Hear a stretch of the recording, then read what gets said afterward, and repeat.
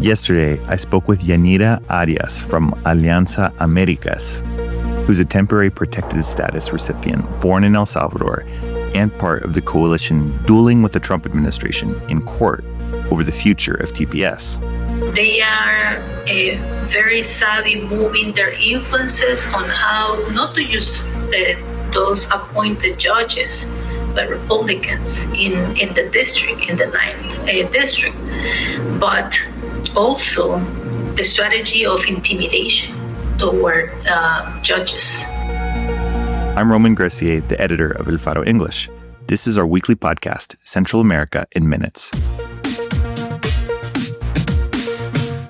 In Nicaragua, the house arrest of Daniel Ortega's brother relates more to El Salvador and Honduras than to Guatemala. In the case of Guatemala, they say globalism comes to die at CPAC, but in El Salvador, it's already dead. Central America in Minutes, an original podcast by El Faro English. On February 2nd, Washington District Court Judge Ana Reyes blocked the Department of Homeland Security from canceling TPS for Haiti. In a hearing 10 days later, she said she and her colleagues had received death threats for doing so. The program authorizes recipients to stay in the U.S. without a path to citizenship, citing armed conflict, natural disaster, or other extraordinary and temporary conditions in their home countries. The Trump administration quickly canceled the program for a slate of countries around the world, drawing accusations of racial prejudice and of ignoring home conditions. The U.S. Supreme Court ruled twice last year in May and October to allow Trump to cancel TPS for Venezuela. It picked up the cases from the controversial emergency docket, offering little to no reasoning.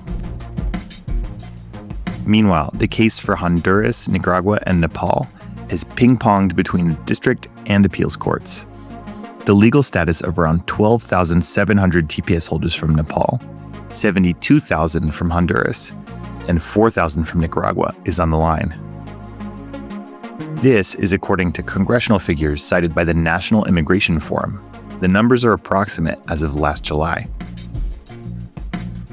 Protections from deportation expired for these three countries in September, but on New Year's Eve, a federal judge ruled that ending the program was unlawful. This ruling held protections in place for the three countries. But weeks later, on February 9th, came more whiplash. An appeals court sided with the Trump administration, suspending the December order and allowing the program to indeed come to an end while litigation continues. The Supreme Court has the last word, but has no obligation to review the case, and TPS advocates are looking beyond the courts for long-term legislative protections. Next Wednesday, they'll meet in Washington with members of the Congressional Hispanic Caucus.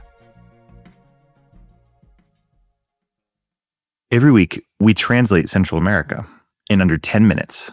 Go to support.elfaro.net to help us continue.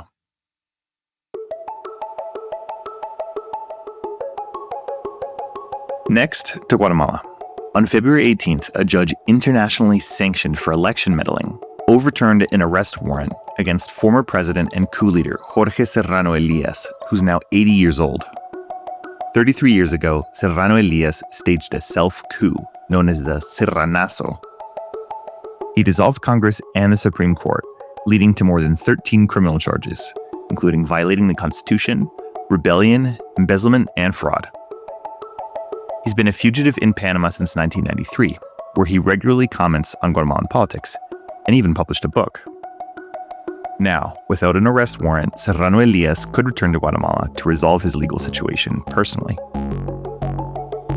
Equally revealing is who the judge is, Freddy Orellana, known for efforts in 2023 to prevent President-elect Bernardo Arévalo from coming to power in a sprawling coup attempt. He has been one of the closest allies of Attorney General Consuelo Porras, who led the efforts to annul the election results, cancel Arévalo's party, and put him in prison. Judge Orellana has been a key figure in criminalizing officials, judges, prosecutors, journalists, and human rights defenders. Last year, prosecutors captured two leaders of an indigenous Mayan authority known as the 48 Cantons of Totonicapán. They had led a national movement to defend the election results in 2023. Their names are Luis Pacheco and Héctor Chaclan. They stand accused of terrorism for the peaceful demonstrations and road blockades they organized that year. With one delay after another, the defendants have been in prison since April 2025. Months passed before a judge was even assigned to the case, and prosecutors have recused multiple judges. On February 10th, they got a new judge assigned, and guess who received the case file? Yep, Judge Freddy Orellana. The defense says that his track record hardly inspires confidence. Do you get the El Faro English newsletter? For a deeper look at Central America every week, go to elfaro.net/en and subscribe to help us topple the dictatorship of the algorithm. Nicaragua is profiting from Costa Rican gold, Mario Zamora, Minister of Public Security, denounced this week in San Jose. El robo del oro de los costarricenses lo llevan a cabo coligalleros. The theft of Costa Rican gold is carried out by coligalleros, who use smuggling routes that pass through the San Juan River and reach Nicaragua. That word he used is coligalleros, referring to hundreds of Nicaraguans who extract gold by hand in crucitas in northern Costa Rica. The government says these miners smuggle sacks of sediment and sell them to Chinese mining companies. Official data shows that Nicaragua exports more gold than it produces. Experts believe this is due to smuggling.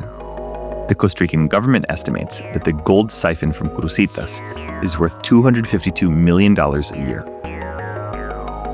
On the Nicaraguan end, gold's a top export. Nearly 80% of mining concessions were granted since Ortega came to power, and the country is the largest player in Central America. A report in El Faro English in 2024 announced a Nicaraguan gold rush, a new frontier of corporate extraction. For years, most of the gold has gone to the United States. To step up pressure against Ortega, the Biden Treasury sanctioned Nicaraguan state mining operatives. Now, with Trump back in the White House and Ortega's wife, Rosario Murillo, installed as co-president, Costa Rica requested a high-level meeting with Nicaragua this Saturday, February 28th. They intend to discuss more patrols in the area. ¡Ya nos vamos! ¡Solo déjelo sacar la gente!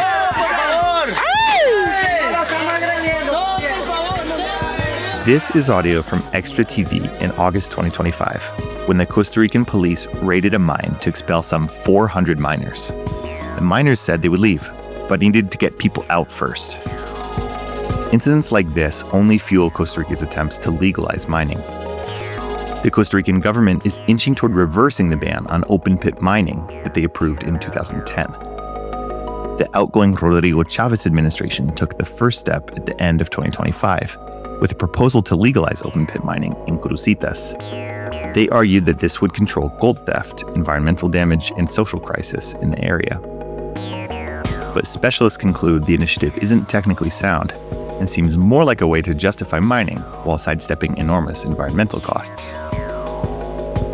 Mauricio Alvarez Mora from the University of Costa Rica concluded that the proposal would allow extraction in an area over 100 times larger than the illegal mining in crucitas.